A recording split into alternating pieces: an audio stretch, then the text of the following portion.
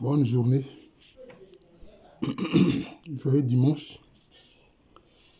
Alors, cet enseignement, je l'intitule « De l'obéissance dans l'Église ». Alors, il est dit qu'il faut obéir aux autorités dans l'Église. Les pasteurs, les diacres, les prêtres, les évêques, les cardinaux, le pape. Cela est tout à fait juste. Cela est tout à fait digne. Mais cette obéissance s'appuie sur des principes. Le principe de la justesse, de ce qui est juste. On obéit à ce qui est juste.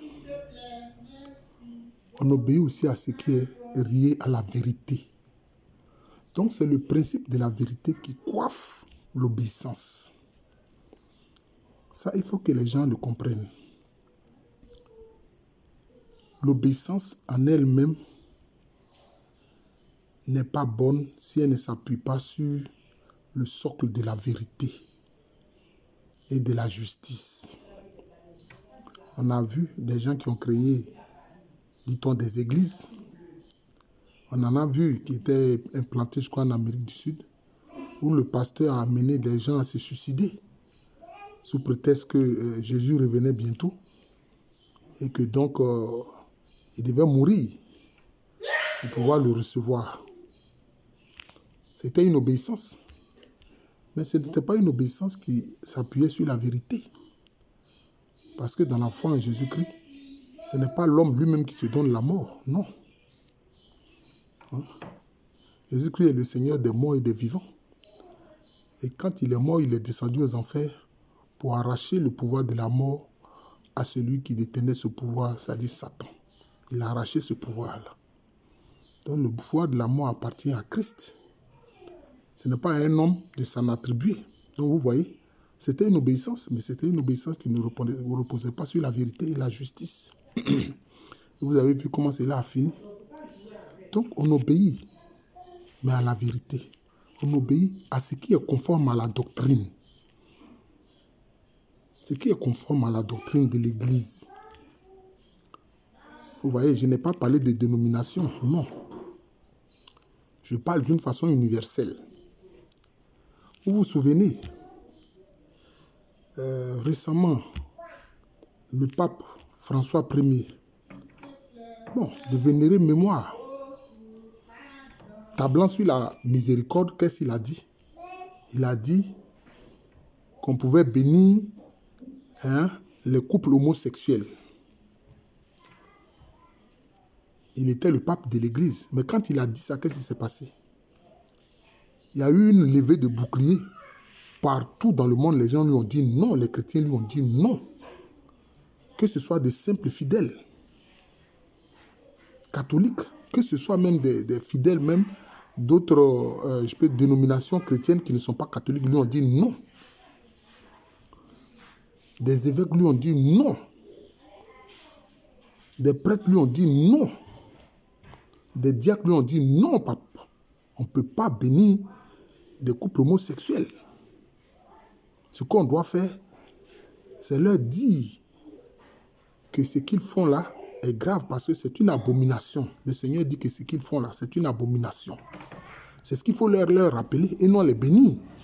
Si on les bénit, c'est comme si on donne un blanc-seing à ce qu'ils font. Il est le pape de l'Église, mais les gens lui ont dit non. Est-ce que les gens lui ont obéi? Non. Les gens ont dit non, non, non. Tu es le pape, mais sur ça, ce point-là, on ne peut pas t'obéir. Non, non, on n'est pas d'accord. Donc, c'est ça. Donc, il faut comprendre que l'obéissance dans l'Église s'appuie sur ce qui est juste et ce qui est vrai, conforme à la doctrine du Christ Jésus. Vous savez, dans le livre des Actes des Apôtres, il y a un événement important qui a concerné l'apôtre Pierre et puis l'apôtre Paul. Pierre était le porte-parole des apôtres. D'ailleurs, la papauté s'appuie sur le trône de Pierre. Le pape, il est assis sur le trône de Pierre. Mais qu'est-ce qui s'est passé? Pierre et Paul, avec d'autres disciples, ils avaient à leur côté des disciples nouvellement convertis qui étaient de culture grecque, de langue grecque.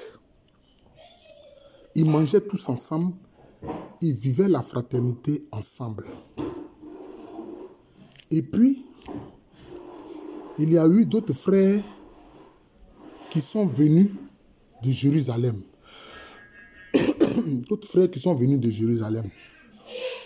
Donc, en fait, qui sont d'origine juive, mais convertis à Christ. Ils sont venus de Jérusalem. Et qu'est-ce qui s'est passé? Paul a constaté que Pierre ne voulait plus manger et vivre la fraternité avec les frères convertis de culture grecque. Parce qu'on sait que les Grecs étaient anciennement des gens, même encore à l'époque des polythéistes, etc. Mais ceux-là, ils sont convertis, ils appartiennent à Jésus-Christ. Et Paul a constaté qu'alors Pierre s'éloignait de ses frères en Christ, mais d'origine et de culture grecque. Lisez le livre des Actes des Apôtres. Comment a réagi Paul devant le comportement de Pierre? Comment Paul a réagi? Il a dit: ah non, Pierre, ce que tu fais là n'est pas juste. Pourquoi est-ce que tu ne veux plus vivre la fraternité, manger avec les frères d'origine grecque? Ce sont des disciples de Jésus comme toi. Pourquoi tu fais ça? Ton attitude est une attitude hypocrite. Il faut que tu arrêtes. Ce n'est pas parce qu'il y a des frères qui sont arrivés de Jérusalem que tu vas commencer à t'éloigner des frères de culture grecque comme s'ils sont des pestiférés. Tu oublies qu'ils ont donné leur vie à Jésus-Christ. C'est Jésus-Christ qui est notre boussole. C'est Jésus-Christ qui nous a sauvés. C'est lui que nous regardons. Ce n'est ni la culture hébreu, ni la culture grecque. Mais c'est ce que Paul a fait comprendre à Pierre. Alors, vous allez dire que c'est un manque d'obéissance que Paul a eu? Non. Paul a ramené Pierre dans la vérité. Parce que le comportement de Pierre était manifestement hypocrite et injuste vis-à-vis des frères de culture grecque. Comme s'il a oublié que c'est des gens qui ont reçu Jésus-Christ comme Seigneur et Sauveur. Comme s'il a oublié que lui-même là, avant là, il a eu à régner Jésus-Christ. Donc, il faut comprendre que l'obéissance dans l'Église, ce n'est pas une obéissance aveugle. C'est une obéissance qui est liée à l'action du Saint-Esprit. C'est le Saint-Esprit qui nous dit, obéir à ça, ça c'est juste, c'est vrai. Mais ne pas obéir à ça, à telle autre décision, ça aussi c'est juste, c'est vrai. Donc c'est ça. Donc ceux qui nous dirigent, qui sont à la tête de l'Église, qui sont des pasteurs, des diacres, des prêtres, des évêques, des cardinaux, le pape, ce sont des hommes avant tout. Donc, si eux aussi ils font des erreurs, le peuple de Dieu ou des membres du peuple de Dieu peuvent les reprendre pour leur dire: cher curé, vraiment, vous nous demandez ceci, mais si ce point-là, ce n'est pas conforme à ce que le Seigneur Jésus-Christ dit, nous ne pourrons pas faire ça. Pape, vicaire de Pierre, assis sur le trône de Pierre, vous demandez ça. Ça là, on ne peut pas faire ça. Parce que ce n'est pas conforme à la vérité, ce n'est pas conforme à la justice. On ne peut pas on ne peut pas bénir les homosexuels. Le Seigneur dit que c'est une abomination.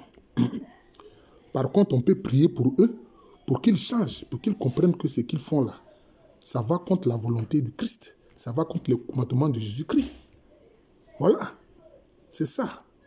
Donc, il faut comprendre la question de l'obéissance. Les gens, ils croient que l'obéissance, c'est l'obéissance aveugle. Non. C'est l'obéissance qui est conforme à la vérité, à la doctrine du Christ et à ce qui est juste. Voilà. On obéit à ce qui est juste. On obéit à ce qui est vérité. Voilà. Il faut comprendre ça.